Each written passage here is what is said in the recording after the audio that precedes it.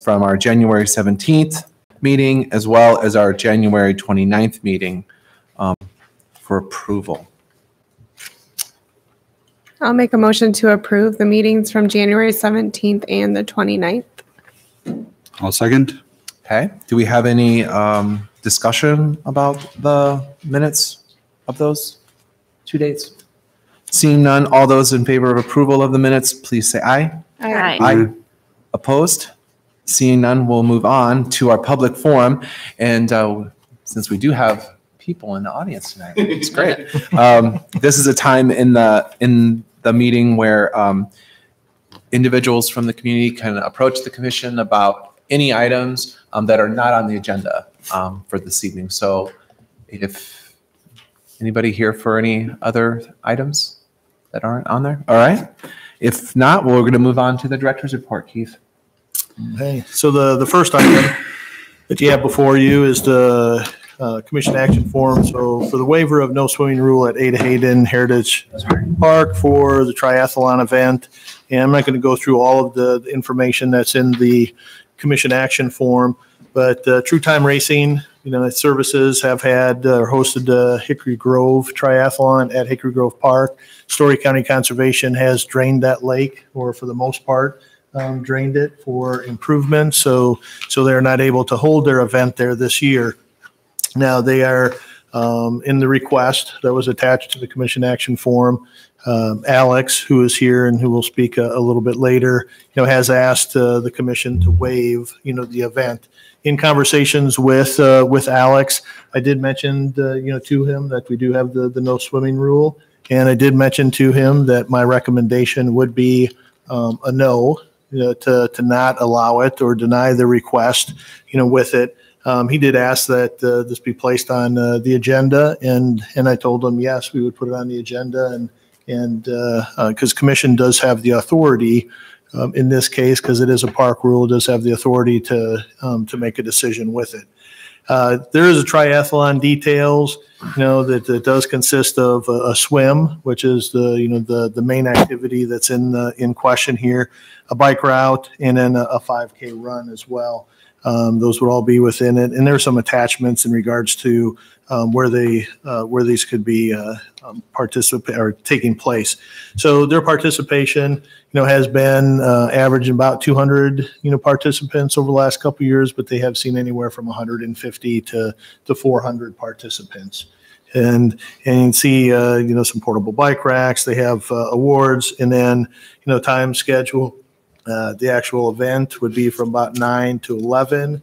Alex said the fastest participants finished in about an hour, and then the slowest in about an hour and 45. So roughly the 2-hour time period.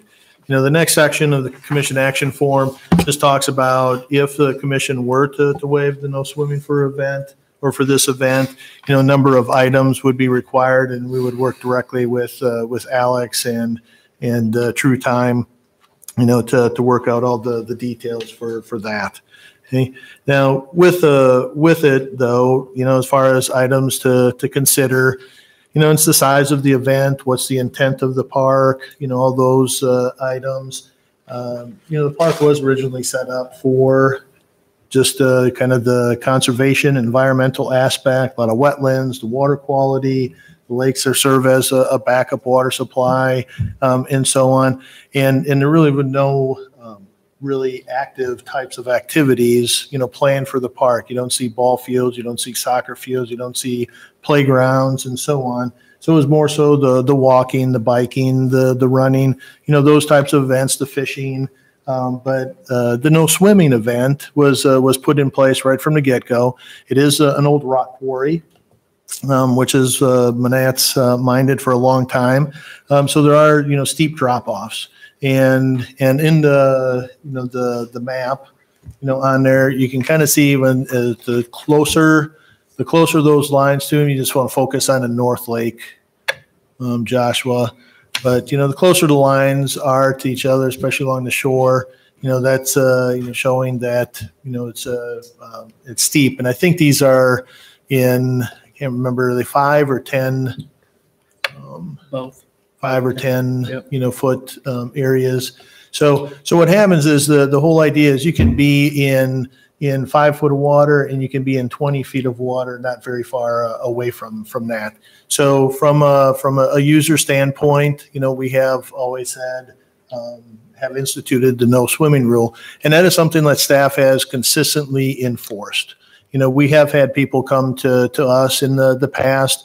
We had an individual wanted to train, for doing the English Channel swim.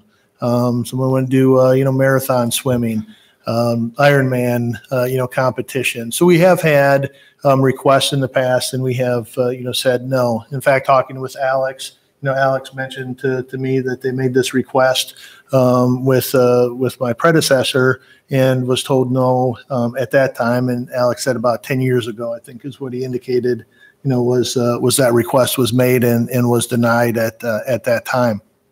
We also, with Iowa Games, I did talk to Iowa Games and Kevin Burke, who's their executive director.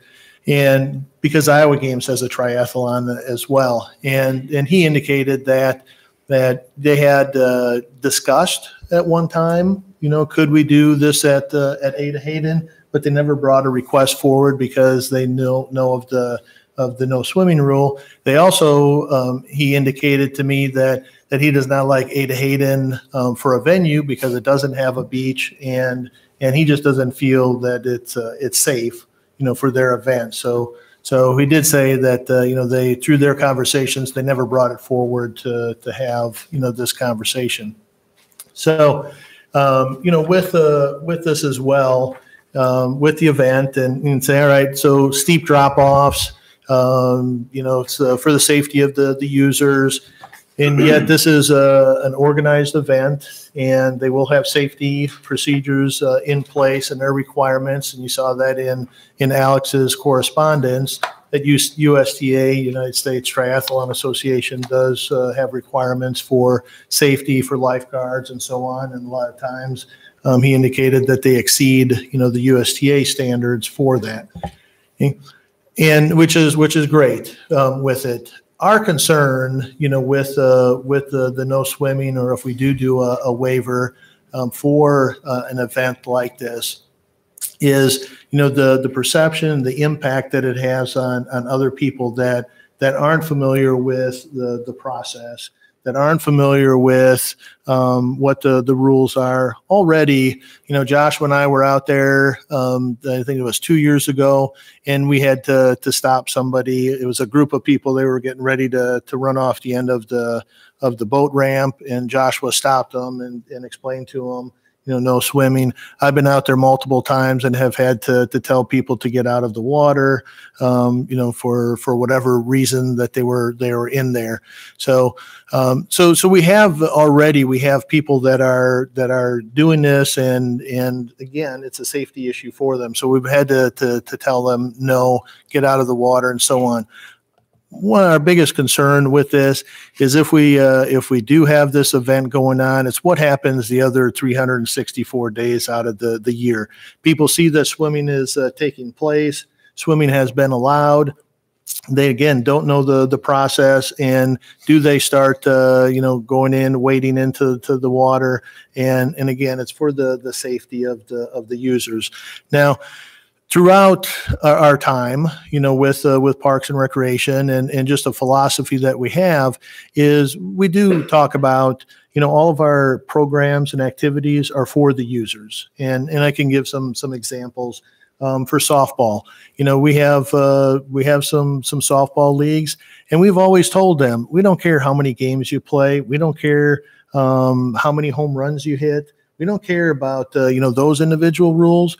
But if it comes to safety, we're not gonna budge on that aspect, because they have wanted to use balls that weren't approved by the governing body that we use. They wanted to create their own bat list and use bats that were not approved, and we've always said no. We have requests at Furman. We have requests. People don't like the height requirement for a slide, or the height requirement for a certain body of water, or that if I'm under this age, I have to do a a swim test before I can go into the deep water, go down the slides. And we have always, stuck with, no, this is why we're doing it. And we're not going to budge on the safety aspect. So really with all of this, it comes down to, the safety and what happens year round. I think one of the other things commission has to really consider is if you were to approve this request, how are you going to handle other requests that come forward as well? Either requests for additional events, other events, triathlons, Ironman, marathon swimming. But we also see that you'll get requests for training as well. It's not so much for an event that it would be, hey, I want to train. I'm doing this. Can I train out there? And how's the commission going to handle those requests? And what are you going to use for making the decision of whether or not you allow one group or one individual to do it? And how do you allow or not allow another group or another individual to do it? So, and then so those are some things that that I just wanted to share regarding, our decision or our recommendation. Now, as far as events, we do have other events, going on out there. So it's not the event, although there are some concerns in regards to size, but in the requirements, those are things that we would work through with Alex and True Time, to resolve if the commission were to say yes to waiving the no swimming rule. But most of the other events, if not all the other events, are all regarding activities that already take place. There are walks, there are runs, there are bike, events. Those are all events that are allowed out there at this park. Again, the swimming is the one piece that's not allowed. So one of the additional things that just wanted to mention, with this park, right from the get-go, we do have the Friends of Ada Hayden Heritage Park, and they are instrumental in helping us manage this facility. They have developed a management plan that deals with how do we deal with the prairie or invasive species, and they're a strong proponent, obviously, of the park in a lot of different ways, through volunteer hours, through cleanups, through monetary donations, just a lot of different things. So in talking with them, and I think Jim Pease, who's the current president of the Friends of Ada Hayden Heritage Park, he's here so he can answer any questions and give his opinion. But in talking with them, they did get the request as well from some of the members that are in the audience. And the Friends of Ada Hayden are opposed to allow swimming as well. But since Jim is here, I'll let him, answer any questions when the time comes that you may have of the Friends group. So as you can see, we did, there are 3 alternatives that are listed there. One is to approve the event on May 19th, and the hours and so on are there. I know initially in talking with Alex, said they usually have their events at 8 to 8:30 as a start time. They come in about 5 a.m. Said hours, park hours don't start until 6. So if you were to approve it, he did say that they could start the event at 9 and then just do setup starting at 6 a.m. So you wouldn't have to, because I said otherwise there'd be another request, for extending the hours or getting into the park outside of the hours. So that's one. That's alternative 1. Alternative 2 is to deny the request. And then alternative 3 would be to refer it back to staff. So staff's recommendation is alternative number 2, which is to deny the request to waive the no swimming rule. I don't know if you have any questions or you want to hear from people. Do you want to start with Alex? Sure. Yeah. Alex, would you like to come forward and if you would just state your full name and your address, that would be great. You want to know how much time? Oh, what is the time? Usually about 3 minutes, 3 to 5 minutes. And I guess we'd like to limit it from around 3 to 5 minutes. That's going to be difficult to do. We'll try our best. I will try my best. Thank you. My name's Alex Silman. I reside in Des Moines at 1828 East Thornton Avenue. I'm here to ask for your help in bringing a triathlon event to the city of Ames and specifically Ada Hayden Park. The sport of triathlon is comprised of a swim, a bike, and a run. And it is also an Olympic sport and an NCAA sport. One of Ames' own, Olivia Jenks, is currently competing on an NCAA team at Arizona State University. There are currently over 4,300 USA triathlon sanctioned events in the country, and we'd like to add Ames to that list. A little bit about me. I grew up in the sport of triathlon in the Iowa State Triathlon Club. I directed my first race called the Sciman Duathlon in 1999 at Sawyer Elementary School. That venue has changed over the year, and we worked with the Red Cross to change it into a triathlon that was initially held at Hickory Grove Park. That race still exists today and is put on by the Iowa State Triathlon Club. Over the course of time, I became a certified race director through USA Triathlon, and I've hosted Bluff Creek Triathlon, Hickory Grove, and Pigman Triathlons. Bluff Creek was also the USAT Regional Championships for the state of Iowa and 8 states surrounding the state of Iowa. Athletes there could compete and qualify for the age group national competition. And in 2019 and 2020, we'll be hosting the state of Iowa triathlon championships and high school championships in Eastern Iowa. And we'd like to bring an event of that caliber to the city of Ames. Keith talked a little bit about safety, and safety is paramount to us. We meet and exceed the requirements set forth by our national governing body, USA Triathlon. And we work with several water safety organizations such as the Story County Sheriff's Dive Team, Skunk River Paddlers, Central Iowa Underwater Rescue, the Iowa DNR, the Coast Guard Auxiliary, local fire departments, and dozens of lifeguards every summer to host safe swim courses. We always have an ambulance on site as well, and we would utilize time trial starts for this race, which releases one swimmer every 5 to 10 seconds. This allows the swim course director to control the flow of athletes in and out of the water and make sure that we maintain safe water coverage and ratios while everybody is in the water. In addition, we have also spoken with Susan Stalker from the Iowa DNR, and she has stated that the DNR would be in favor of approving a special use permit for swimming at Ada Hayden Park, and that we have always had safe and successful events in the past. I also asked her about impacts to wildlife or the nature, and she said from their perspective, there would be none. And in response to the CAF that Keith had prepared, I just wanted to hit 3 points. The first just, is a broad point that applies to all special events. Kind of the idea that's proposed in the CAF is that if we close a venue, if we open a venue for a special event, something bad could happen in the future.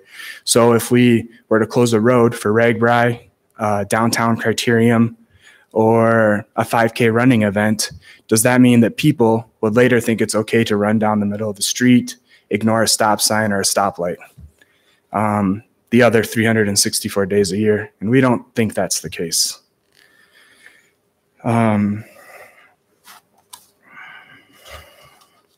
Local lakes. So we look to other examples of triathlons in the state of Iowa, and we have local lakes such as Lake Pawtucket in Bondurant, which is closed to swimming 364 days a year, except for when they host a triathlon. We also look at the example at Copper Creek Lake, a Des Moines suburb at Pleasant Hill, which hosts a triathlon. The lake is closed to swimming 364 days a year, except for the day of the triathlon. None of these lakes have reported issues with people swimming there because the triathlon existed there, nor have they had water emergencies. So we can look to the examples that other communities in central Iowa and look at their experiences when we consider this.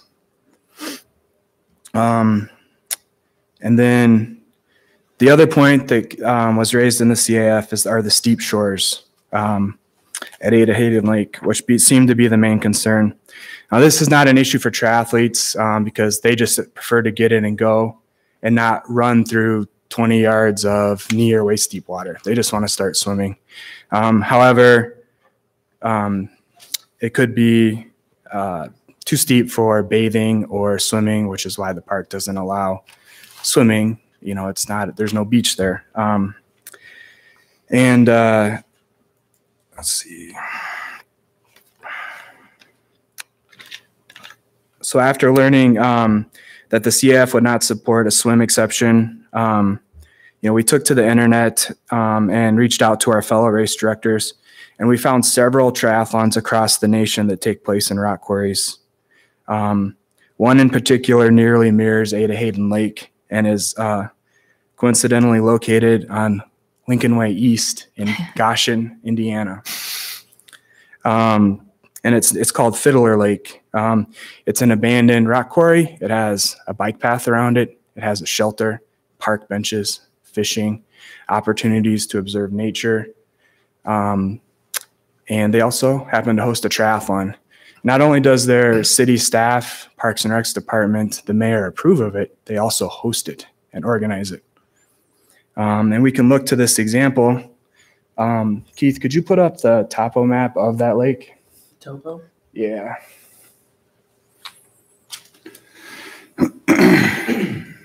This is the topo map of Fiddler Lake in Goshen, Indiana. You'll see that the topo lines are very close together.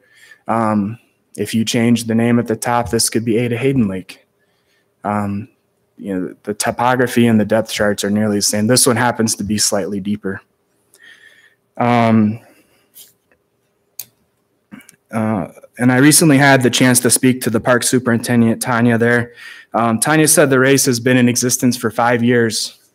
And she was kind enough to answer some of my questions. The first one I asked her is the question proposed in the CAF. Did you guys consider that by having the triathlon there, people might think it's okay to swim? And she said, yeah, they did consider that 5 years ago. And she said, I want to read this so I get it right. She said, initially they did discuss it, but they decided it wasn't a good enough reason to not have the triathlon and cited that there are posted signs stating no swimming around the lake, just like at Ada Hayden Lake. She said if someone really wanted to swim in the lake, they were going to go do it because they really wanted to and not because there was a triathlon there one morning during the summer. I then asked her if she knew anyone who tried to swim in the lake or if there had been any water emergencies there in the 5 years the race has existed, and she said no, there hadn't been.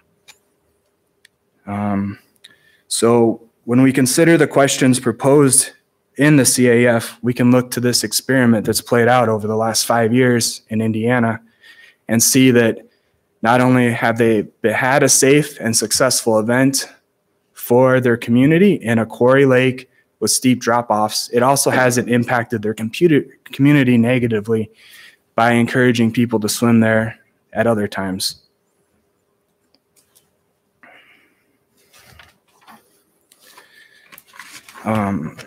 And then can you put up the swim course for that map just so we can see?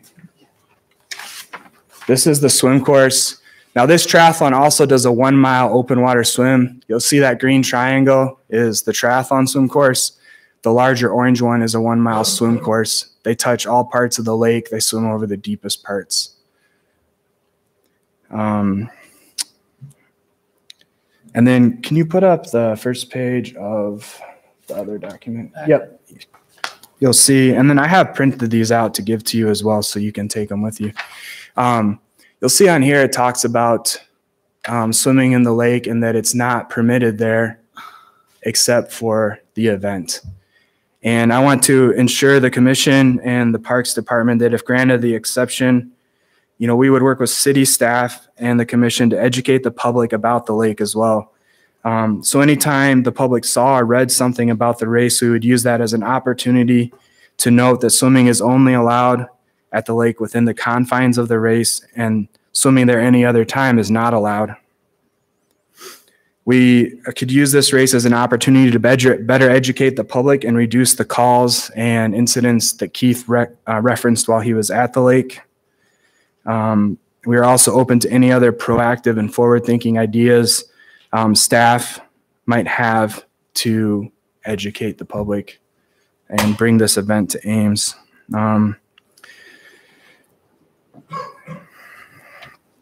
I would like to ask the commission to consider its mission statement as well, to enrich the lives of its citizens by providing excellent parks, facilities, and programs for current and future generations. We hope that you will agree that granting the swim exception will enrich the lives and opportunities of the community of Ames, and we ask you to choose option number 1 to grant a swim exception for our event. If you're not quite there yet and you want some time to think about it, we ask you to look at option 3 and give staff time to maybe reach out to Goshen, Indiana, see how they've done it, find their best practices, and find a way that we can provide a safe and successful event for our community without impacting swimming the other 364 days a year. And that would also give us time to gather statements of community support for you that we haven't had time to do leading up to this meeting on short notice. That concludes my remarks, and I'd be happy to answer any questions that you have. Just out of curiosity, like what interests you about Ada Hayden, and is like what there's Peterson Pits as well. Sure, that's a great question. So when we look at the sport of triathlon, there's certain, as it comes back to safety for us too. Peterson Pits, the swim area there is too small. It's there's not enough parking, and it's gravel. Skinny tire bikes can't do gravel. And there's a myriad of other reasons why it wouldn't be a good venue, but those ones are disqualifying for us. And we've always wanted to, you know, when we started this race, Ada Hayden wasn't a park. It was before then. That's how long we've been doing it. And like when you drive to work, you know, for 10 years and it's all of a sudden the road you use is under construction, you look around and you have to find a different route. And sometimes you find, oh, there's a new road that's been built, and this is actually quicker for my commute to work. And that's where we are. You know, this lake offers us much more opportunities. It allows us to expand our sport to physically challenged athletes too, because Hickory Grove, Peterson Pits, they're not ADA compliant. They're not what USA Triathlon would certify as a para-triathlon friendly course. And Ada Hayden Park meets those requirements, and we would be ecstatic to offer para-triathlon as part of this event. So this is not a one-year request. You're actually asking for multiple years. You're not planning to move this back to Hickory Grove. Ada Hayden is a far superior venue for triathlon, and yes, we would like to keep our event at Ada Hayden. And speaking of the para athletes, this same event would include the para. Absolutely. Para-athletes? Okay. I guess my question was related to Eve's, just in terms of future requests, not only from your organization, but from other organizations, which was a concern that Keith expressed. Mm-hmm. You know, how do we, I guess in terms of moving forward, if this is going to be an annual event, if you'd like to be an annual event, you know, thinking about alternative 3 and referring back to staff, you know, developing a policy surrounding you know, special event requests, or like, you know, how often are we going to honor these? Are, you know, I guess I'd rather have a policy, you know, think about a longer term policy Sure. before we approve a one-time use, since you would like to see it continue here in the future. Yeah. My response, that's a great question, first of all. And my response would be that let's approve it and learn as we go. And then also let's look at the other special event processes that are already in place for 5Ks and bike races. Certainly this question has been asked and answered already within our community. You know, what determines if we're going to allow a 5K to use trails, or if they ask for a road closure, how are we going to determine if everybody wants to use a closed down Lincoln Way? Or when RAGBRAI comes through or a bike race, how do we determine which ones to say yes to and which ones to say no to? So I think that I don't know those policies, but I'm sure that somewhere within our city government, you know, they already exist. Yeah, we do have a 5K policy for Ada Hayden, I think. So. Well, we have a park use policy for events Mhm. that governs 5Ks and other events as well. But there is also, from the city standpoint, anything that is outside of a park, if it's talking road closures and so on, there's a special events committee, which is made up of individuals from different departments, which police, public works are part of that committee. And there are procedures as to will they close a road or not close a road. Sure. And the city of West Des Moines faced this question as well. And because they had multiple requests to use Raccoon River as a swimming venue. And we could reach out to that community and see how they've handled it. We're not charting new waters here. All of these questions have been answered within our community or other communities, and we can draw upon those experiences to, you know, set a successful policy for Ames and provide these opportunities, supporting the Park and Recreation Department's mission statement in Ames. Speaking of the mission statement, you said there's about 150 to 200 participants. How many of them are actually Ames citizens? That's a great question. I could get that answer for you, but I don't know it off the top of my head. Some sitting here. This entire event happens inside of Ada Hayden, right? No. No, it would, the swim and the run would. Yeah. The bike would leave and use, currently there exists an event in Ada Hayden Park called GAR, or the Great Ames Adventure Race. Okay. It's nearly a triathlon, except you replace a kayak, which touches the entire lake, not just 200 yards of I was it. going to say, It's in the fall, like Labor Day. okay. And so all the other parts of this race would be very similar to that event, if not the same. Some of the distances, our bike will be just a little bit shorter probably. Then the 15 miles would probably be 12.4 or 20 kilometers. So we wouldn't be charting new waters there either. We'd be doing what they're doing except swimming instead of. So if I understand this right, the only difference is instead of being inside of a kayak in the water, you'd be swimming in the water. Yeah. And Correct. kayaking in the water is okay. Yes. Yes. Actually setting foot in the water yourself is not okay currently. Okay. Correct. Gotcha. Alex, I'm just curious with some of the places that you mentioned, like Raccoon River in West Des Moines. You know, it's kind of away from housing development. It's if I'm going to guess, it's Raccoon River Valley Park. Is that kind of where the ball diamonds are? Is that where the swimming is? Okay. So and with the one that you showed in Indiana, it looked like there was, you know, railroad tracks on one side. There might be a highway on another side.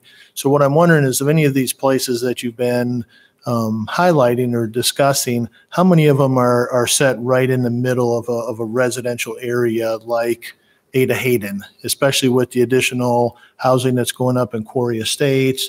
And we have, except for Highway 69 on the one side, the rest of it is surrounded, and there'll be a lot more houses going up, a lot more families, a lot more kids, and so on. So I'm just curious if we're comparing apples to apples with some of those other venues that you're talking about. Sure. I've looked at Copper Creek Lake in Des Moines, very close, closed for swimming 364 days a year, open once for a triathlon, surrounded by businesses with drinking establishments and residential houses.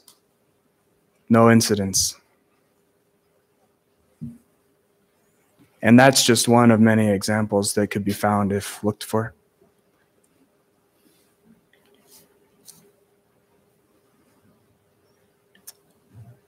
Any other questions for Alex?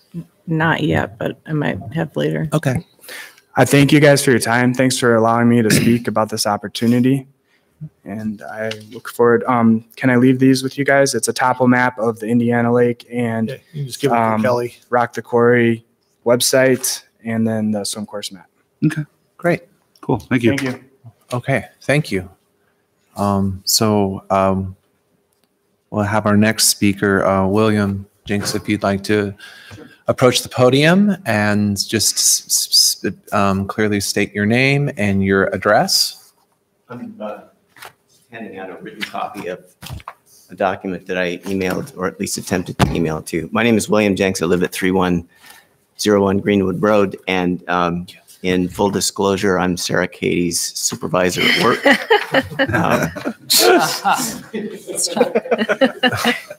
So we'll leave that as it is.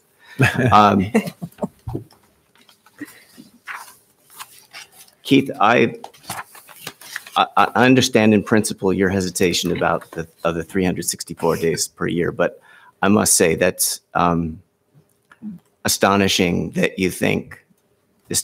me that you think people would be so tempted by a 7 a.m. to 9 a.m. or a 9 a.m. to 11 a.m. event once a year that they're not tempted the rest of the year. I can't reconcile that is a significant barrier to holding an event. There may be other barriers, but boy, I just don't understand that. I don't have any relationship to Alex or his company other than that I've paid to be in some of his races, and we're acquainted because triathlon is a small world, relatively speaking. As I outlined in this letter, I or a member of my family has basically done every type of road triathlon there is at every type of water venue that there is, including ones very much like this. Iowa Games would be better if they moved their venue here. Iowa Games' venue is terrible, to be perfectly honest. The back of that letter shows you 3 photographs. Some of you may know I take photographs. They're photographs of the start and the finish at a comparable location where USA Triathlon holds its championship event that literally decides national champions for competitors from 13 to 23 with the intention of developing Olympic athletes. So this is a no-joke event. And they do starts off a dock. Alex has talked about doing a safer, admittedly, time trial start rather than the mass start that you see here. And they do the swimmers climbing out of the water. Here you see 2 views of what's obviously an imperfect exit, which is stairs coming instead of a ramp or instead of a beach. The point is that real competitions figure out how to do this.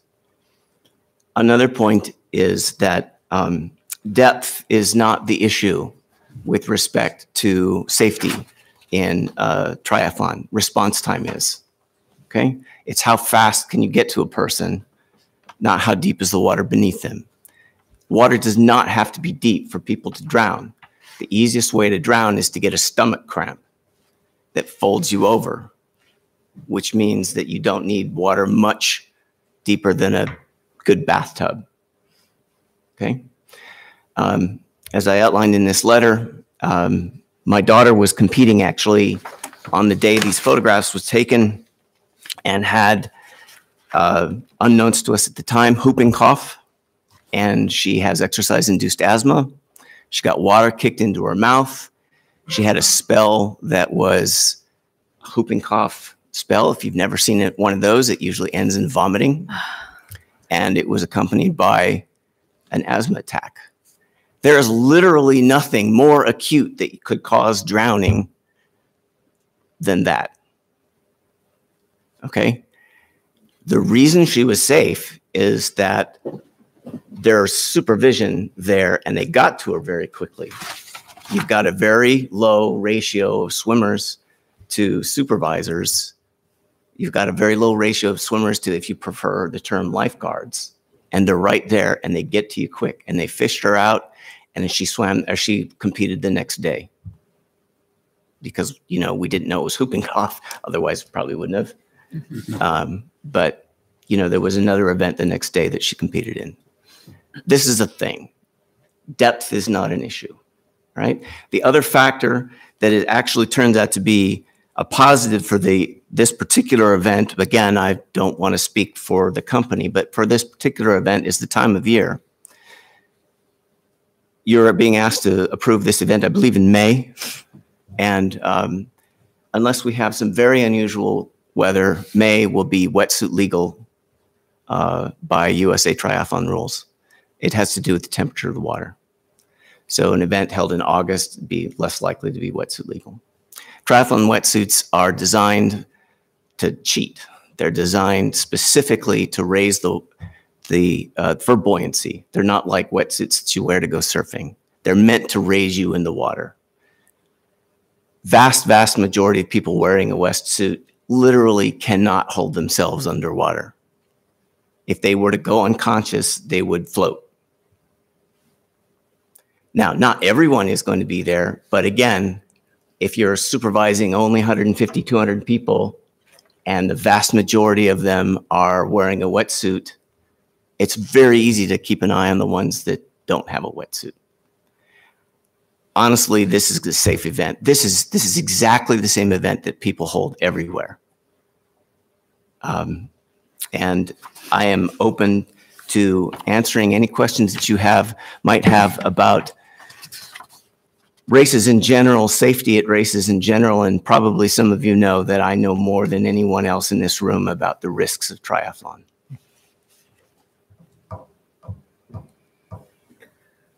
Very personally. Have any questions? No, I don't have any questions. Very well stated. All right, thank you. All right, okay, we're going to move on then. And Tim, you're up. Just state your name and your address. Hey guys, thanks for having us today. Tim Fensel, live in Ames, Maxwell Avenue, not far away. I've been a resident for roughly permanent for 15 years. Excuse me. I'm an adult learner to swimming. I took a quick count. There's 17 people in the room, and I don't think there's only 5 that I've never met or seen in person. So it's a comfortable environment. And some of these people I've known for a long time, either through education, fitness, much like many of the people in this room. We did come to Ames because of the opportunities that we maybe didn't have where we were raised. Much like a couple other individuals in this room, I started with a small triathlon, moved up in the distance. Proud to say that as an adult learner, I have completed more than one of the Ironman triathlon. And it makes it really hard. This is a little offshoot, but in years when we've had water troubles with the outdoor pool from flooding, things like that, we're really forced to find our resources for places to swim, whether it is open water or a pool that might have pollution from flooding. So having said that, excuse me, the commitment that these individuals have to the sport, Eve, you raised some really good questions about visitors as opposed to Ames residents. If you make the event, people will come to it. I believe that. The numbers that Alex provided, that's a mere suggestion. If you make this, and quite often there's surveys, there's reviews after these events, race organizers are always tweaking their events. Personally, I want this to continue forever. We travel everywhere to races. When people say, well, you don't have a race in your hometown, and I say no. Well, why not? The short answer is, pertaining to this body of water, we're not allowed to. And that's really unfortunate. There's no way around that. We have this awesome body of water in our community, and we can't use it. We have a triathlon club at Iowa State, men's team, women's team. They host a race at Pitaka. They cannot host a race in their own city. They have to travel 25 miles or whatever the distance is. I didn't look it up. They have to travel to host their event. It's open to other collegiate racers. So you have schools that are Division I schools, sports-wise, and then you have private colleges that will travel miles and miles to participate for these events. Circling back to the visitor component, if you're in Ames and you own a business, whether it's a bike shop, we have multiple in this town. You own a restaurant, you're on the Convention and Visitors Bureau, you own a hotel. If you have a financial stake in this community, you want this kind of event because it's going to bring people into your town. I'm employed at the university. Some of my favorite months are June, July, and August.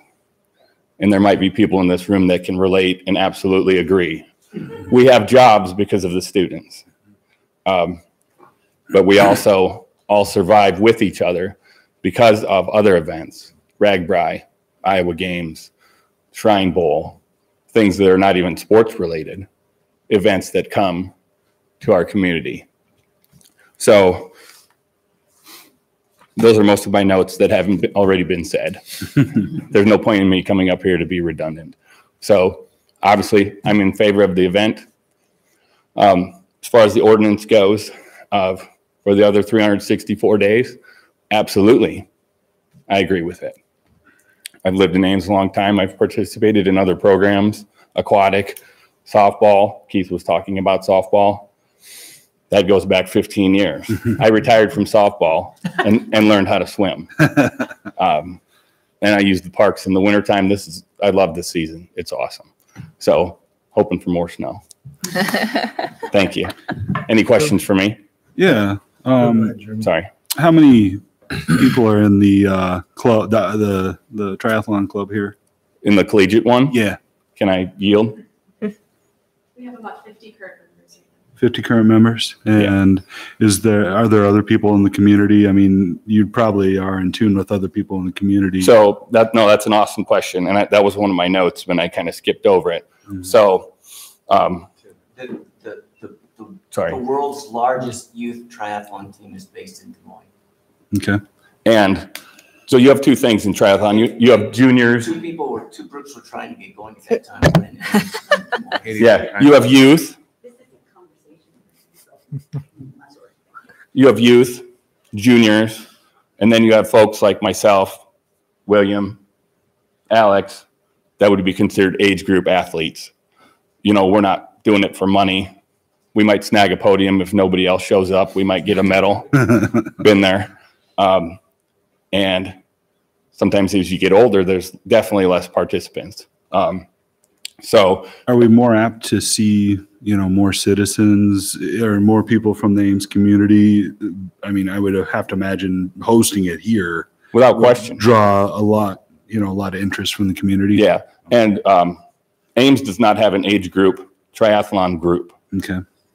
Or a club, if you will. In cycling, we have Ames Velo, specific to cycling. Yep. There's multiple organized and unorganized running groups in Ames. Mm-hmm. There's no organized triathlon group. I'm sorry? Yes. And that's a topic for another time, but swimming venue. You might see some of us again. And you've seen us before. So if I wanted to be in a triathlon club, I would have to go to Ankeny, Des Moines. Some of the opportunities don't exist. Masters swimming, lack of swimming venue. perfect breeding ground for people that are aspiring adult learners. They swam as a youth, and they had children, maybe retirement, lifelong sports of swimming, biking, and even running. Go to some of these races and look at the age of these people. How are they doing it? Because they've done it their whole lives. So I think that in turn is going to foster that next generation to the mission statement again of having this, considering it, and in my personal belief, making it a continuous event. Great question, Jeremy. Keith? No, it was going to be one of my questions, but I may have a question for the individual who's with the ISU clubs. Is that appropriate? Or I know she didn't fill out a card, so. No, she can still come up and speak. So we'll get her to come up and then have a question for her. Great. I'm sorry, I came in late, so this might have already been answered. It might have been answered 10 times. No, go for it. So we're talking about, are we talking about permanently lifting the swim ban on Ada Hayden, or is it just a temporary suspension for the sake of a triathlon race? So are you familiar with the no swimming ordinance? Right, yeah. Okay. I go to Ada Hayden. So that is permanent, continuous. The request is for a waiver one day, technically like 4 hours. So a small percentage of the day for participants to enter the water, swim the swim course, and then leave the swim course and do everything else on dry land, cycle, and then run. Right. So we're not talking about making it a practice site for, triathlon aspirants. Absolutely not. Okay. And I think that was one of the comments earlier about revisiting policy, no policy, on making it very clear event as opposed to practice. Okay. I've swam in some pretty gross water to practice. And as a racer, I've gone to venues that are, quote, safer because, and I'm a tall guy, I'm not tiny. I can go this far out before I have to start paddling. But I also have seaweed up to my waist and sand and other things that are found at the bottom of a body of water. So, as we were all talking, I looked at a couple of other notes, and I don't want to misquote the CAF, but there's some notes in there about ensuring a quiet and serene experience for visitors and the wildlife. And somebody touched on it briefly. The GAR experience, the boat, cycle, run experience.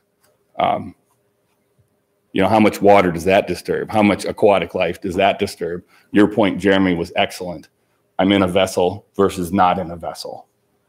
Yeah. Percentage of the body of water covered.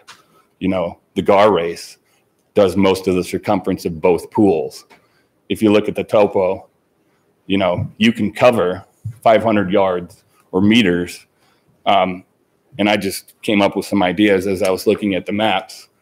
A triangle course in less than 30 feet of water, approximate, of course, because the lines aren't straight, and no swimmer ever swims straight. Whether they tell you or their Garmin file from their watch shows the accuracy of their swim course. So that's something that I absolutely dispute, is the amount of things that are stirred up in GAR is less than or more than with the swimmers. Yeah. It'd be considerably less with the swimmers because you're covering less distance and surface area of the body of water. So sorry, I kind of circled back to that, but I missed a couple notes. So did that answer your question? You did. Thank you. Okay, great. Anybody else? Questions for Tim? All right. Great. Thanks. Thank you. Okay, so next speaker card is for Jim Pease.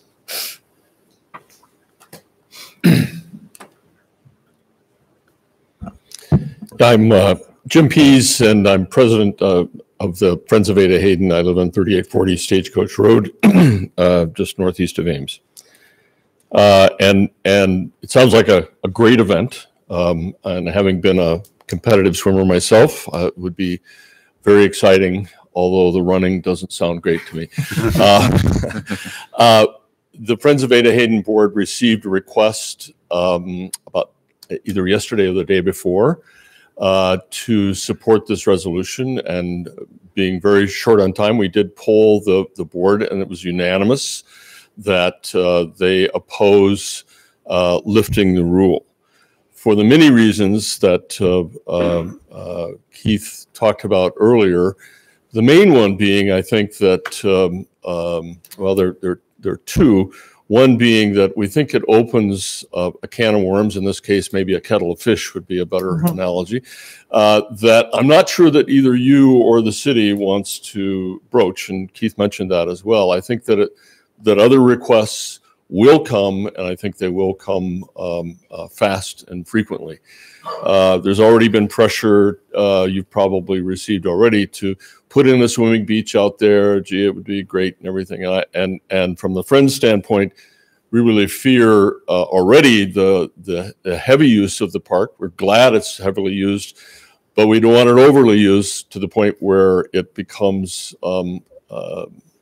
even more of a people magnet than it already is. Secondly, we think that there's an alternative. I happen to also be on the County Conservation Board, and as was mentioned earlier, they did use Hickory Grove Lake. It'd be a really great challenge this year to go through the mud that's going to be there. So that's certainly out as the lake undergoes restoration.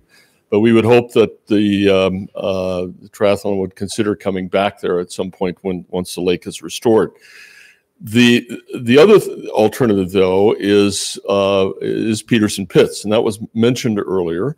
Peterson does have a beach, and the roped-off swimming area is not it's a very small portion of the lake. There's also a ramp there. So while I don't understand the standards that would be necessary to have non-able, I don't know what the correct term is for what's the correct term? Paratriathlon. No, thank you. Paratriathlon. Thank you. Paratriathlon triathletes going down that ramp, perhaps it could be work. And I have talked with staff at County Conservation Board, and they would be open to considering that at Peterson Pits. Granted, the gravel, there's about a half a mile in one direction of gravel. We would have to negotiate that, perhaps through running, but I think those things could be worked out. So I think there's an alternative rather than opening up Peterson Pits, and it keeps people in the Ames area to economic development. So those two items are the things that the Friends are most worried about. We think it opens a huge kettle of fish for you and for the city and the use of that park. And then secondly, that there is an alternative for them to use that has existing swimming, has a beach, as well as a ramp. Questions? So what really is the issue about Ada Hayden becoming more attractive to the public? What's the issue? What's the issue with Ada Hayden becoming more of a people magnet? Okay, yeah, it is clearly a people magnet, and we're glad for that. I mean, that's the city of Ames, voted it in because it was, and it is. I don't know if a meter is put out, but I think it's the most popular park in the city system, and it's going to become more popular as the housing gets built in the north and presumably to the west as well. And for example,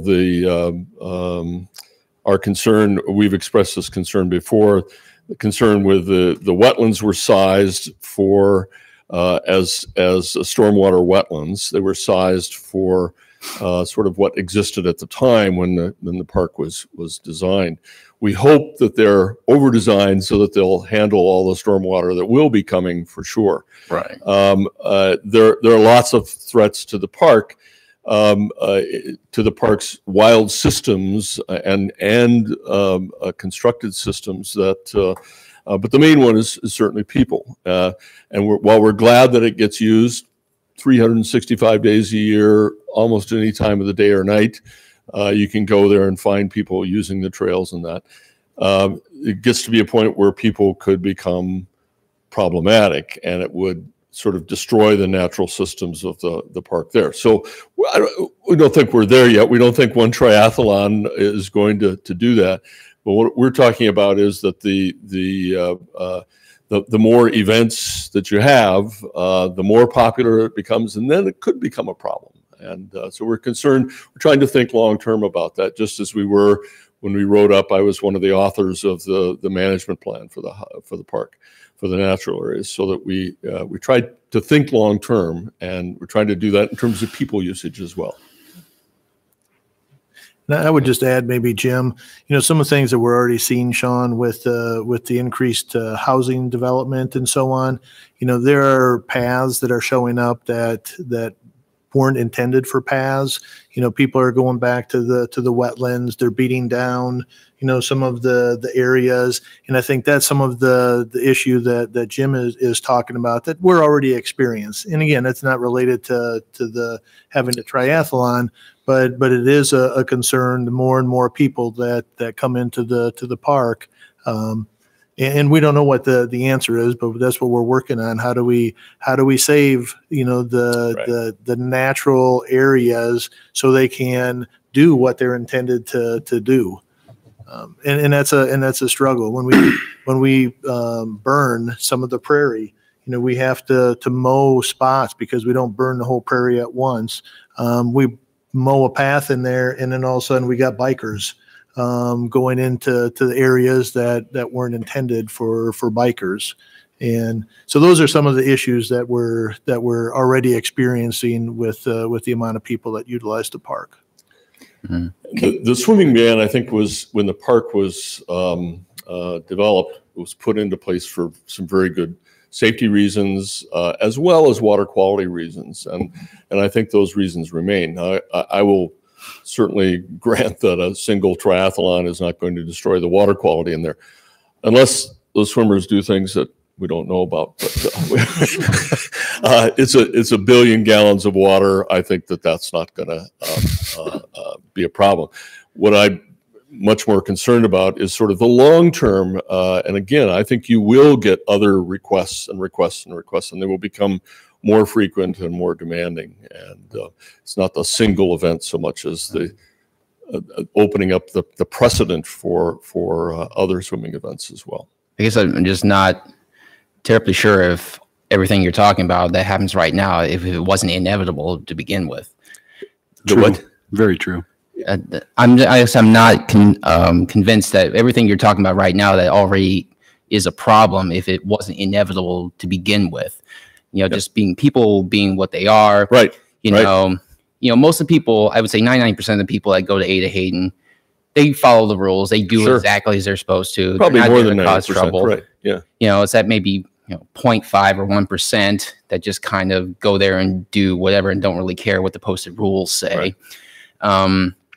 Now, as far as like a long-term consequence of opening up Ada Hayden to a triathlon athlete, we don't have to lift the ordinance for 1 or 2 days now and then lift it permanently in the future for everyone who comes by with a request and say, oh yeah, here you go, here you go, here you go. We can weigh it case by case. If something comes along and that we don't find favorable, we can just say, no, we don't want it. We think this, that, or the other, or we reiterate your concerns here. Right. Your situation is different from his, blah, blah, blah. But I think it does set a precedent. It does set, will be difficult to undo once it's done. So. Potentially, yeah.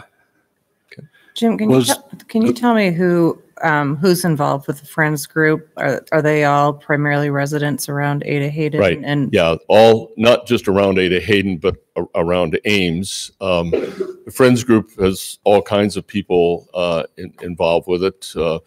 We do a lot of either from all walks of life actually here in Ames, and we do a lot of volunteer work at the park, from musk thistle control to working. The Friends group actually designed and paid for the new signage that's out there, the interpretive signage and the wayfinding signage.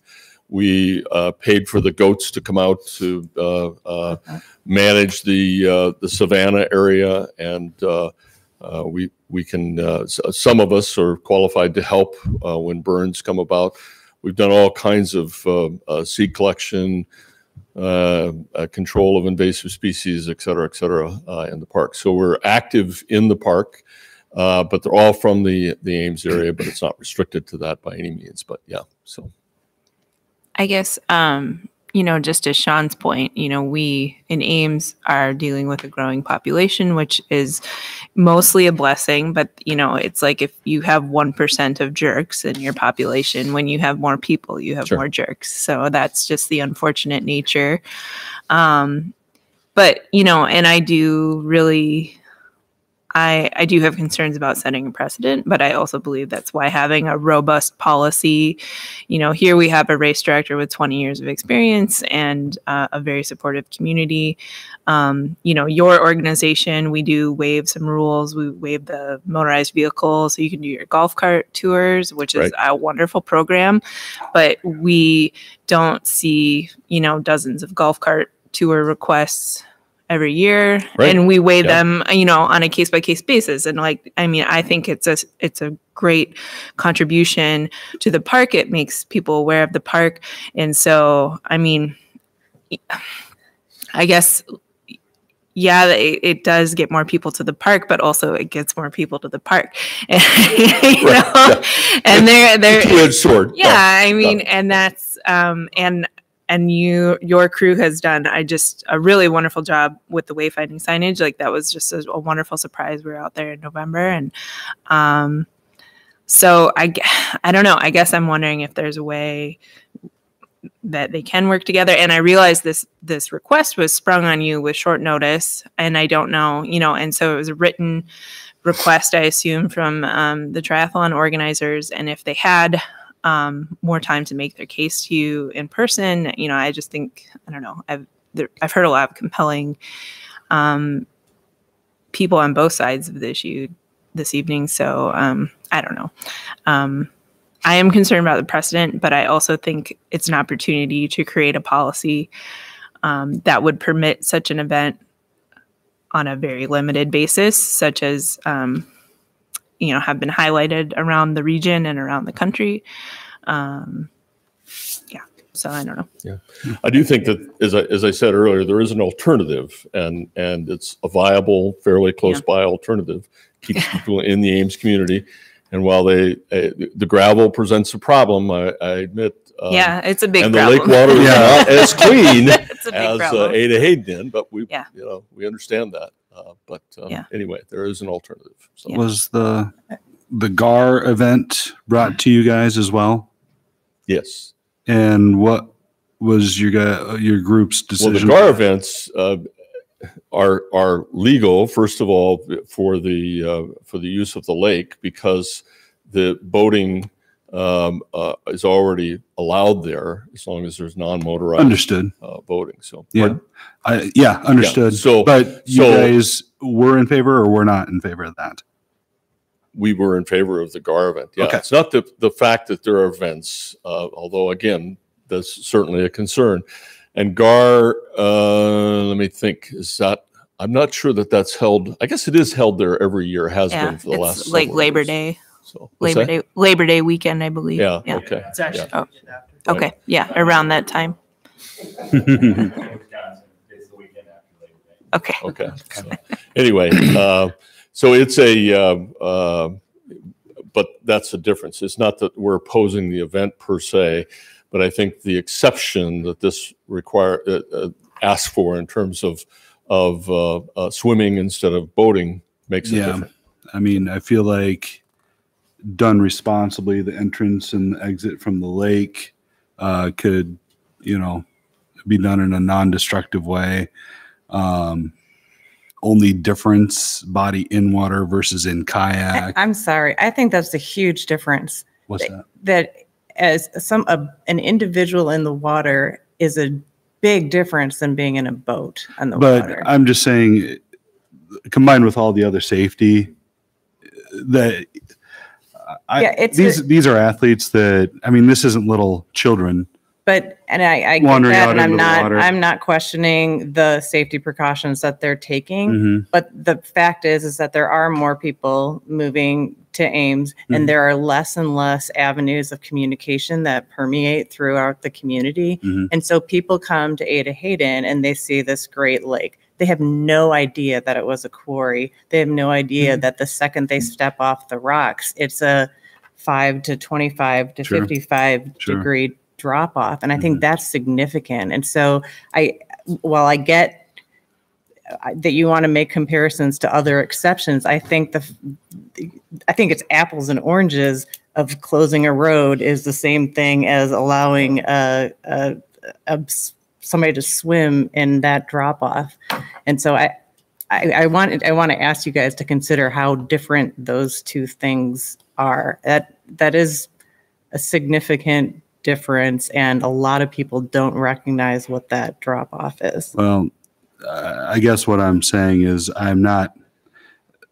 the safety concern is not there for me. I think the concern really is about people seeing people in the lake and then, repeating, thinking. Setting a different precedence. Yeah, like thinking it's okay to swim in the lake, even though there's signs posted. And you've said you've been out there, people have been in the lake, you've gotten them out. People are going to do it regardless. I mean, if there's signs posted or not, I don't know if it's going to make a big difference. If, I doubt people recreationally will be out there on the day of a triathlon. I think, if I saw something that big and massive going down out there, I'd just turn around and go to a different park for the day. So if you guys are going to start deliberation, do you have any other questions for That's Jim? fine. No. Thank you. Okay. And then is there anybody else to speak? I do have a question for you if you want to come up to the podium. Oh, come up to the podium. Yeah. If you just state your name and your address. Absolutely. Thank you for the opportunity to speak. My name is Christina Swenson, and for 9 months of the year, I reside at 221 Sheldon Avenue, I guess till the end of the year, and then I'll be moving apartments. But so I am a member of the Iowa State Triathlon Club, and I'm a senior here and have been a member for all 4 years. And I actually chose to come to Iowa State because of the Triathlon Club. I wanted to stay in the Midwest. I'm originally from Minnesota. And I looked at Madison, Eau Claire, La Crosse, Drake, Iowa State, all had great education programs and great triathlon clubs. But I came here and I liked what I saw, and the support from the community here was incredible. The team size, the support from our university is far beyond what any other schools in the Midwest have. So, just for, all things considered, I did come here for the triathlon. So maybe any questions first? Yeah, I guess my question is, Tim mentioned about that you guys travel for events. So would you be thinking if this event is approved that you would also want to host events here as well? And if yes, how many? Absolutely.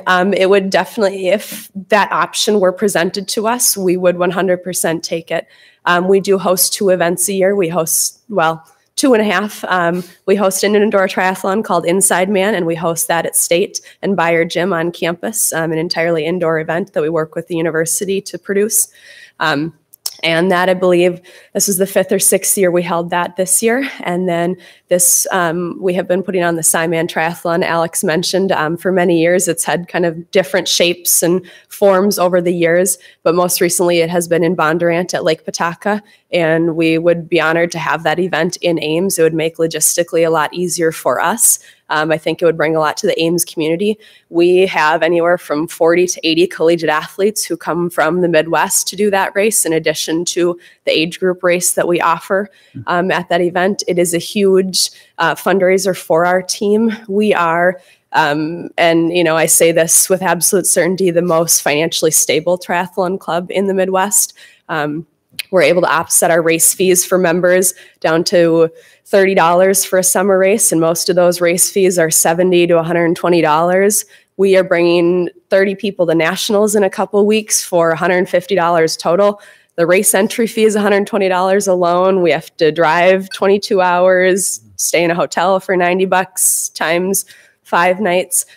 So we are really financially fortunate because of the support of our university, the support of our Ames community, the businesses that sponsor us, Bike World being a huge one, and the other relationships with Iowa Games that we have in Ames. So it would really be a pleasure to be able to host an event here and not have to leave the community that we train and race in. And many people have come to Iowa State to participate in the triathlon club. And then I said we had 2.5 events. The 0.5 is we work with Alex and help volunteer at his Donut Run 5K that has been held at Brookside Park the last few years as well. You had me at Donut Run. So one more question. So do you have the same, are you guys USTA events or is it NCAA sanctioned? Same, which is it? So we are a USA Triathlon sanctioned event. Iowa State does not have an NCAA program at this time, and I don't foresee in the immediate future that we will. Typically, these NCAA programs are coming to universities that don't have a club on their campus, and it requires a lot more funding and university participation than I think we're able to get at this time. We have a pretty small female team. We're largely male dominated, and it's currently only a female NCAA sport.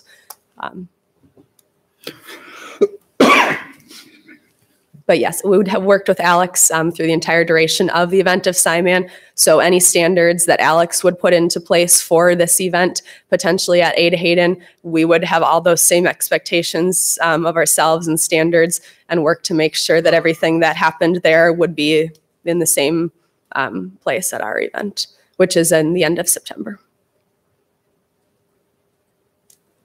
Any other questions for Christina? No.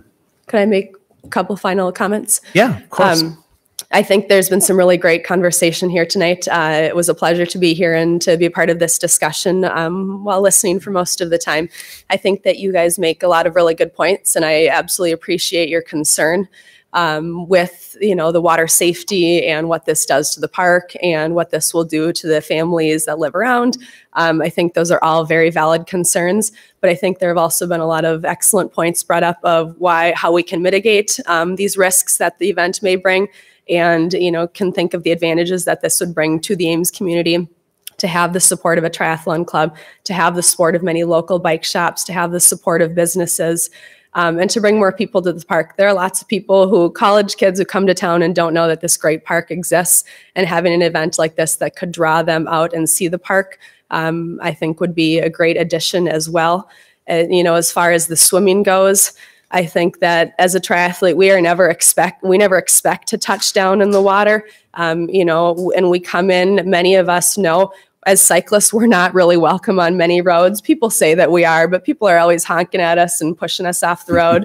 As runners, we experience the same thing. As swimmers, we're kicked out of lap lanes for swim lessons, and we're kicked out of bodies of water because there's too much boat traffic. So we're used to not being wanted in a space. So I think that brings a level of respect that we have to the places that do allow us to compete.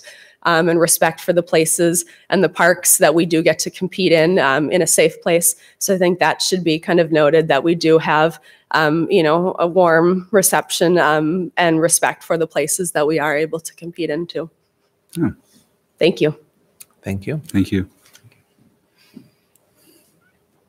Are there any other speakers this evening? All right. So I guess we will go to discussion. Thoughts? We already say all our thoughts. It's okay. We have. I know back probably when I was in college, so obviously maybe 12, 13 years ago, I know I did volunteer for what I think was the Great American Adventure Race or whatever, and because it was a bike run and canoe event. And one thing I did notice when I was volunteering, there was a lot of bikers that were unable to participate because of the gravel. They either would wipe out, or they had popped tires, or their chains were off. So I know there was a lot of frustration with a lot of the participants that did compete because of that. So I know that is probably why they eventually moved to Ada Hayden, so they didn't have to deal with the gravel. Yeah, I had the same thought about Peterson Pit, but yeah, knowing the gravel situation out there, and like you said, this can, they're not riding mountain bikes. These are fast bikes, so makes sense. Incompatibility. Yeah. I mean, I guess in general, I mean, I have to think like, even if we did say authorize, Ada Hayden to be used for a triathlon, we can again weigh it by case. If it's brought up again by request next year and we find out it was a huge fiasco, and after we had the triathlon event and subsequently we had people going into the water when they shouldn't have been, doing what they want, if it turned out to be a huge problem, then we can reevaluate it next year and say, you know what, this just did not work out. Right. And I don't think anything we have to do here is necessarily permanent. I think we can say, okay, give it a shot. Yeah. We'll see how it goes. If it turns out to be a problem, if we have a lot of ecological, issues with it, or wetlands being affected or whatever, and if we have people blatantly violating our rules because they thought, oh, well, they let them swim now. We can swim, even when they're not supposed to be. Then we can take action then. Mm-hmm. Yeah, I think it's a really tough question, but I've heard feedback for years from Ames residents just about why there's absolute prohibition of swimming at Ada Hayden. We've made some adjustments this year on the commission. We allowed camping in Brookside last summer. Biking at Brookside finally legally. And I think just as a community, even since I've also lived here about 15 years, and we in that time, the number of community events that we have hosted, whether it's the Main Street Farmers Market or music in the parks, the band shell, having more outdoor concerts. And there are certainly challenges to the residents. That's something we've weighed substantially in the band shell is, what is the impact on the neighborhood? And that's a concern again here. What is the impact to the environment? But the question is it substantially more than having a bunch of kayaks paddling vigorously? I don't know. I am concerned that it sets a bad precedent. I'm not concerned that it's going to encourage more illegal swimming. I guess I'm not concerned we're going to have a triathlon every weekend. But then I also, do we want to do case by case basis? Do we want to have a policy? I don't know. So there's obviously a lot of passion for the event, and just having been involved in the cycling community for the last several years in Ames, there's just a lot of really motivated event organizers in that community who want to do more and want, like Tim said, want the summer to be a vibrant time in Ames. So I think that's something to think about as well. I think it's best just maybe, at least for right now, keep it case by case, and we can say, okay, we can allow it for this year, and then we'll revisit it next year and just kind of see how it plays out from there. I don't know if we have to have a set policy. I would just say that if you're going to do this, it would have to come back every year. Because if you're just waiving it for the one event, just like with other things, if RegBri were to come back next year, the no camping in the parks, if that was going to be proposed again, that would come back to you, and it would go back to the council. So with those things, it would be an every year thing that would need to come back to you. Right. And similar to the swim meet. Right. Yes. Yeah. And at least as far as that's concerned, I mean, if reevaluate year by year and again, we have problems with it after the event, then we have, people come up to us and we say, okay, well, you know what, we did this and we had this happen, we had this happen, we had this happen. How do you address this? And what do you have to say for this? If they argue, well, let's have it again. Well, what are you going to do to kind of mitigate that? Mm-hmm. This is everything that, the gentleman who expressed these concerns from Friends of Ada Hayden said might happen. Well, it's actually happening. So yeah, what do you say now? That kind of stuff. So, I think it just makes sense. I would like to say on behalf of, I'm not a part of the Friends of Ada Hayden, but this is a group of people that we, as Parks and Rec, have partnered with, that we really appreciate what they do. They've invested time and money in this, and 24/7. They do this 365 days a year. And so this is an area that they've kind of adopted, that they take care of all the time. And I don't want to disregard their thoughts on this event when they have potentially more interest and investment than one-time events. I would hate to discourage them too. I guess just a counterpoint to that is that, we have people who use the park probably year round, in this audience, whether it's bicycling or running and training. And so I don't think that the people in this room are not invested in maintaining a park that is has the dual missions of conservation and recreation. So, but are all of the users actively giving to it and volunteering for it? That's. I just want to validate their concerns.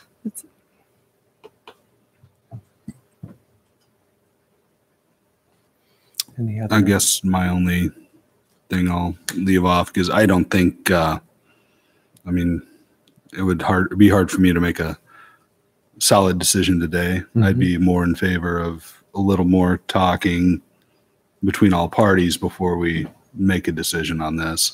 But the thing that really kind of gets to me is the fact that the GAR can take place, but this event that is not so different. Really, we're just saying we don't want to do it because we've never allowed swimming out there. And that's the way it's always been. So we're going to move, so we have to at least consider that, and not just doing it because we've never allowed it. So, because, I don't think the effect of the swimming on the lake is going to have any more difference than people paddling, kayaks, whatever. So, I would hope not. I can't imagine, but, for as short a distances they're going and all that. So we just, I would probably say, for myself, let's send it back for now.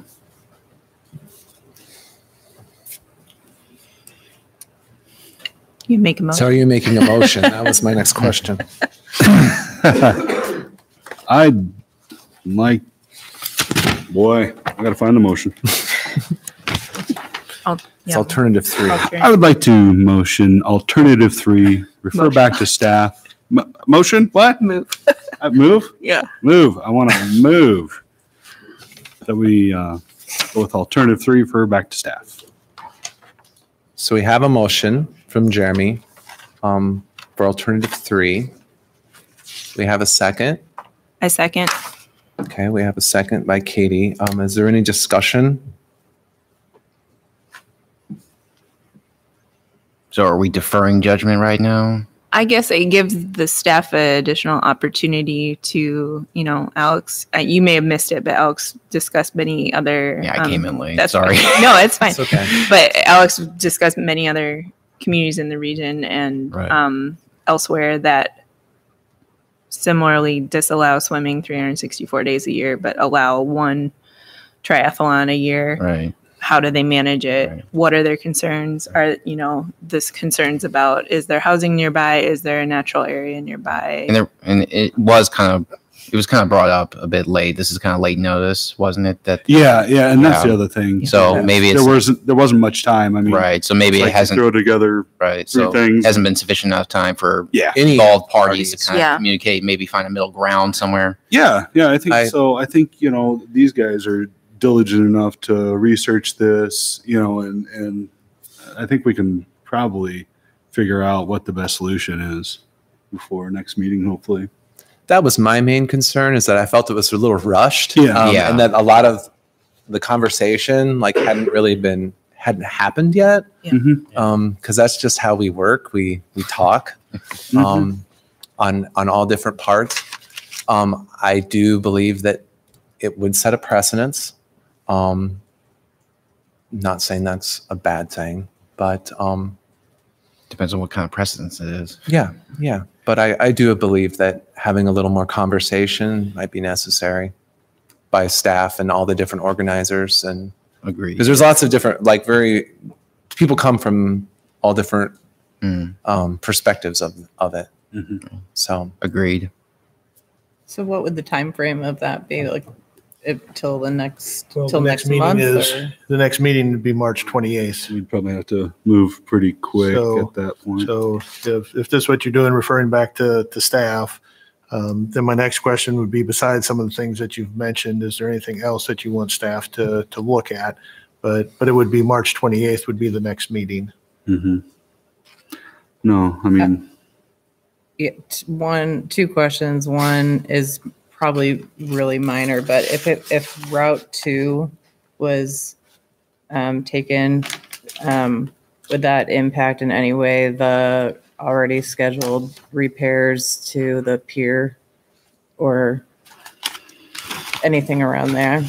Probably not, because the money for the fishing pier repairs would be available July 1st. Okay. So part of the CIP capital improvement plan. So, and this would be in May. Okay, and the original request indicated that he could contact Ames Fire Department. Have you made that contact yet? I have not yet. I certainly can. Okay.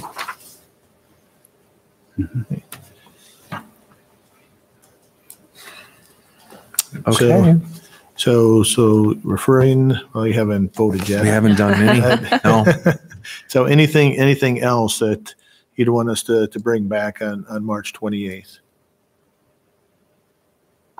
Besides what you already mentioned? I don't think so. So with that, I guess we'll go to a vote. We have a motion on the table for alternative 3, which would be to refer the waiver of no swimming rule at Ada Hayden Heritage Lake for a triathlon event back to staff. All those in favor? Aye. Aye. Opposed? Seeing none, motion passes. So good. Thanks to all that came tonight, and I'm assuming we'll see you back in. Just had a question. Is there anything you would like for us to do in the meantime? Sean, do you want to approach the podium? Alex. Oh, Alex, I'm sorry. I've been called worse, trust me. Okay. Alex. Is there anything that we could bring back to the commission or its or staff to help you make this decision? Or anything we could do to help? Well, one thing I thought of maybe is some kind of entrance. Well, yeah, the entrance and exit plan from the water. Sure. Like just to make sure we're not, totally disturbing. Disturbing. Yeah. Is that what you mean, or Yeah. what examples of how that would be done? Yeah, I saw the pictures that you took, which look real cool. But yeah, I mean that. It looks like some posting and some landings on, but totally, yeah. But something, a plan for that. Sure. So, and then, some more examples of, places, like you already brought, to, help us,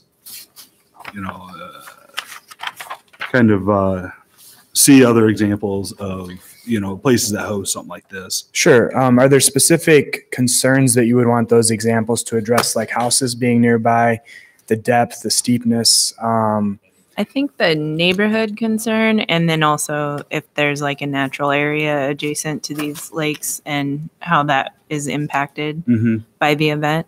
And I guess from my standpoint, just having if you have the opportunity to have a more substantial conversation with Friends of Ada Hayden in the next month. Hopefully we would like for that too. I think that'd be and great. we've seen other races where they have advocates like Friends of Ada Hayden, where in our triathlon community, like Christina said, is a very warm community. We can rustle up 30 triathletes for a park cleanup day, or help them out in some way to give back to the park. There are some at the park already. Maybe we could I think be a little more proactive about informing people that are out there. There is no other swimming, like maybe a couple extra signs on that day, just to make sure people understand that there's no swimming other than this event. So a more solid breakdown of who your participants are, like where they're from at least. Sure. Yeah. What kind of community participation we're going to have. Sure. Something. So with all of this, Alex, generally in these situations now, when it's referred back to staff, that we'll be getting together and having conversation about all of what they've mentioned and how do we address these issues and so forth. So probably the next thing that we'll do is I'll be in contact with you to set up a meeting probably next week. Sure. Just to start moving forward, with things, and it may be one of those too where some of these meetings it's a joint meeting, with multiple people, because one of the issues that we want to make sure don't happen is we're wind up hitting people from different directions, and so on. So I'll be in contact with you and we'll get something set up. Sure. Would a statement of support from local businesses, community members, affiliated organizations be beneficial? Yeah.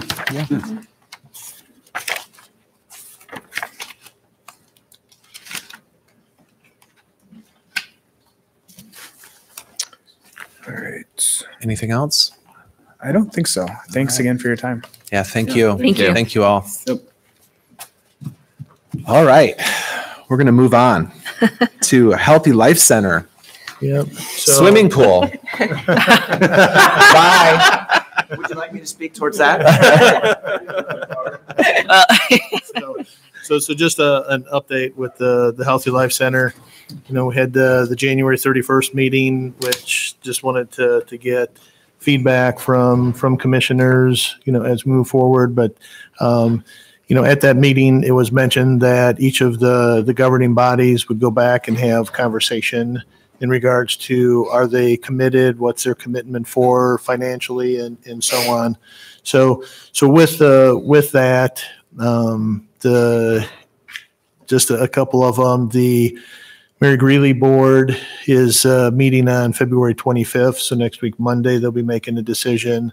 The Heartland Senior Services is meeting on February 28th, and they'll be making a decision on Tuesday of this week.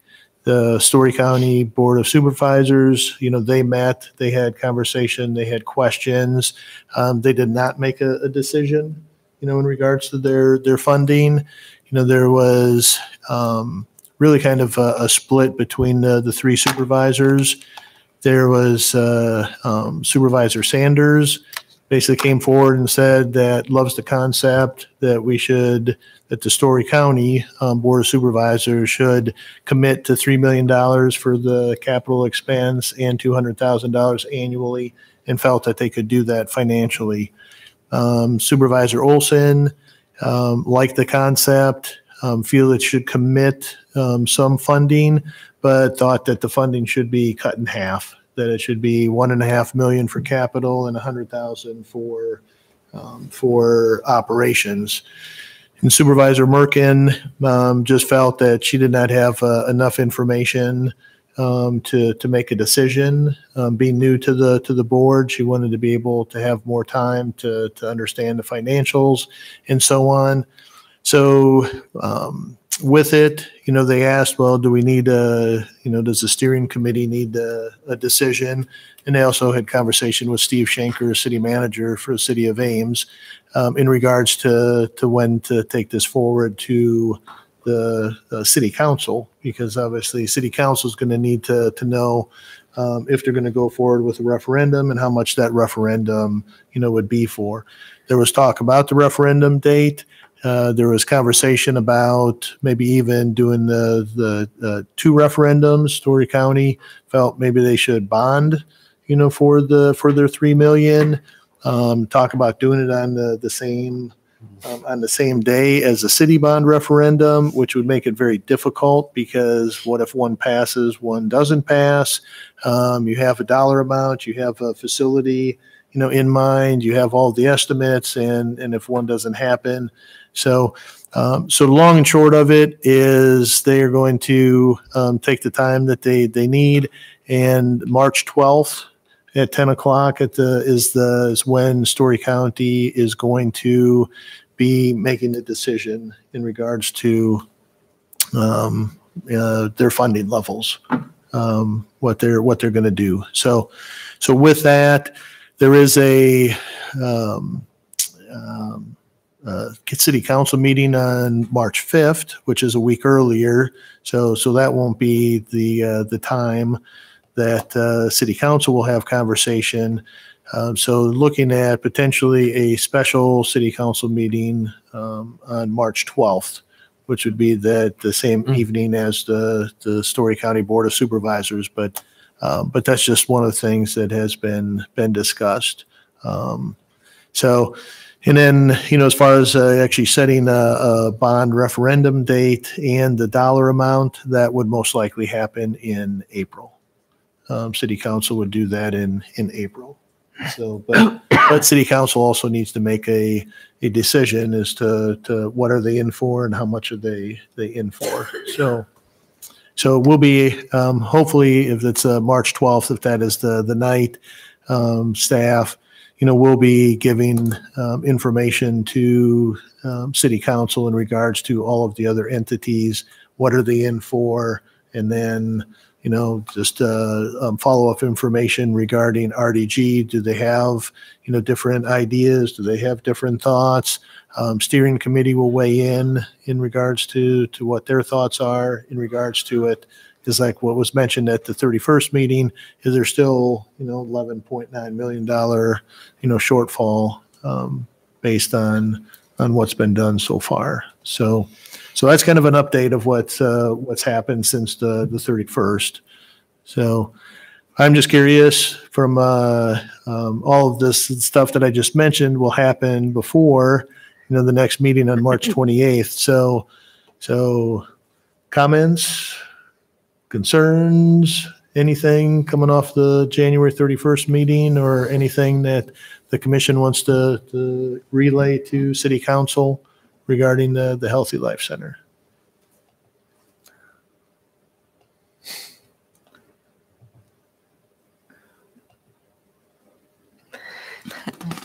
I thought overall it was a very positive meeting. And I felt very inspired by it afterwards, by a lot of the speakers from all different walks of life. I took away from that as well. So I think that we are kind of hitting that, maybe not so much the youth, but it's 7 o'clock on a Wednesday. Yeah. I think that there could be look at the design of value engineering, if we could find more value in scaling. Maybe not necessarily scaling back, but in parts, maybe there's ways that you could, bridge that 11 point whatever million. Almost all projects have to do that. Yeah, I think there's massive community support for it. Sure. And the question is, the question is funding and scaling and, doing things in a modular way, or does that just make it more expensive down the road if you do it in phases? Or It would help if the founder of Slim Fast got treatment at Mary Greeley. Wanted to donate like a few $1 million too, but.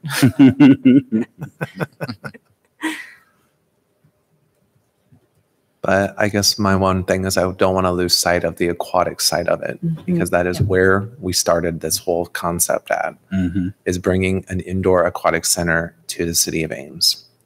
Yeah. So.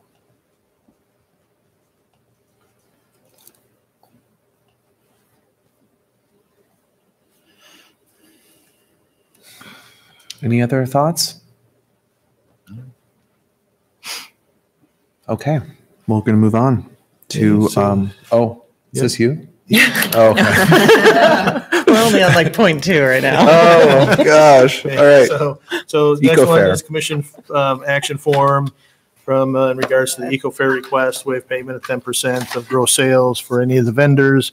You've done this the last 2 years, so unless you have any questions, staff's recommendation is recommendation number 1, which is to approve the request to waive the payment of 10% for the April 20th, 2019 fair. Okay, so I'm new here. I don't know what was done in the past. So what all this is really about? I don't quite understand it. Oh, the 10%? Yeah. So if somebody has an event in the park system, and they are selling things, or they have a vendor that's selling things, the city policy is that 10% of their gross sales goes to the Parks and Recreation Department. Okay, it doesn't amount to a lot of money for us in this situation. This is a city event that is doing that's happening. So. What they do is they do bring in vendors, and they do, sell some things, as it states in here, you're looking at maybe $50 to $100 is what would be jeopardized without the 10%.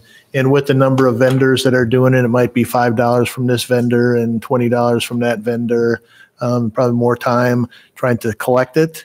Than what we would be getting in case. And the whole idea of the Eco-Fair is to really share educational components, different products, to say, what can you do for the community, from an environmental standpoint. We have a booth, there that shares educational components with people. So that's kind of the history of the 10%. But like I said, commission has, waived this the last 2 years.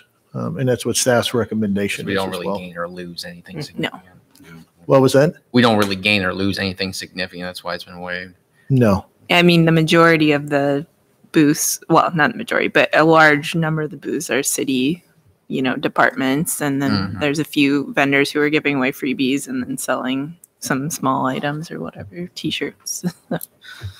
Think about a goat T-shirt one year. You did? Yeah. Goats on the go? Yeah. All right. I'll move to approve alternative 1. All right. We have Second. Okay. We have a motion on the table for that's okay. I see where we need to do here. All right. So we have a vote for alternative 1, or we have a motion on the table for alternative 1. Are there any more discussion? I think it's a great event, and it's great that we can little things that we can do for it. So all those in favor of alternative 1, which would be to approve the Eco-Fair request to waive the payment of 10% gross sales to any vendor selling items on April 20th, 2019, please say aye. Aye. Opposed? Seeing none, motion passes. Okay. So just one update in regards to the Homewood Clubhouse. We had the special meeting.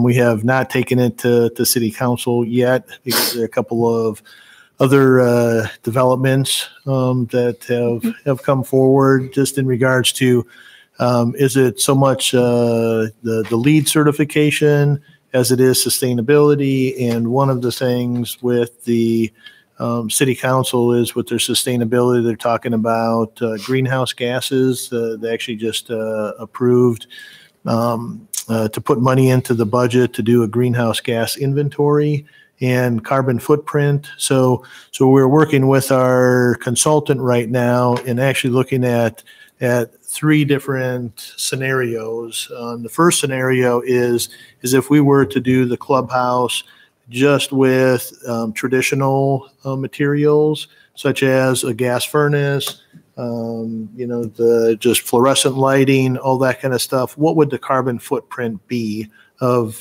that facility? And then the second one is if we take that and look at how are we doing it right now, or how it's designed with the geothermal, the LED lighting, and so on. What's the carbon footprint of that? And then the last one is if we were to do or design to lead standards, whether we do it informally or formally. If we were to do that, then what's the carbon footprint in that, and how much do we gain from where we are currently to that? So the consultant is putting that information together, and we will be taking this to council on March 5th is when we're going to be doing that. So that's just what we're looking at. So again, thanks for all of your guidance and input, for on that January 29th. And based on that, that's part of why we're doing what we're doing to present this to council. Then correspondence, you guys, commission received the same correspondence that I did. So. Yeah. All right. Monthly report. I'd just like to mention to the viewing audience that spring summer program online registration and call in, walk in started last Friday. Our first registration came online at 12:06 a.m. Wow. So it was good. So they're very, very busy downstairs taking registrations of all sorts. So the brochure will be in mailboxes next weekend. Someone had it today. They called us. Someone had it today. So check your mailbox. Great. Yes, I would like to personally thank the Iowa DNR, Iowa State University, Story County Conservation, Jack's Outdoor, and Hy-Vee for the event that they put on at Ada Hayden Heritage Park on February 2nd with the ice fishing event, the family ice fishing event. It was very well attended. Keith was able to go out there and he took a few pictures, and it was just it's always a great event, and I just want to thank those groups for that. Also, I want to thank Dave Flory with the AMHA. He has been putting in a lot of time at the outdoor ice rink down in South River Valley, and he is very dedicated to that. And we just really want to thank him for the work he's put into that, because those rinks are very heavily used, and people really enjoy them. So, thank you. Are they doing drop-in fitness class over spring break? I believe, yes, we will be doing drop-in fitness classes over spring break the week of March 18th. So that schedule should probably be out early part of March. Okay. All right. Next, commissioner comments. Seeing none? No. All right. So our next meeting on the books is for Thursday, March 28th. So I'll take a motion for adjournment. So moved. Oh. So You've got moved it. to adjourn. All right. And with that,